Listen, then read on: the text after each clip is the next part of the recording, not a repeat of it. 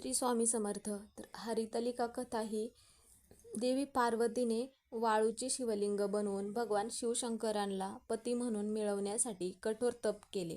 पार्वतीचे वडील राजा हिमवान हे भगवान विष्णूंसोबत देवी पार्वतीचे लग्न लावणार होते. पार्वतीने मनातून शंकरांना आपले पती म्हणून स्वीकारले होते.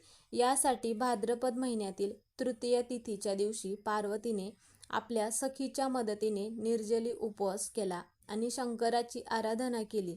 यामुळे शंकर प्रसन्न झाले आणि त्यांना पार्वतीच्या इच्छेनुसार विवाह करण्यास होकार दिला. यामुळे हरितालिकेच्या दिवशी महिला भगवान शंकरासारखा पती मिळावा किंवा आपल्या पतीला दीर्घायुष्य मिळावे यासाठी उपवास करत असतात. हरितालिका व्रत हे स्त्रियांच्या अखंड सौभाग्यासाठी पाळले जाते.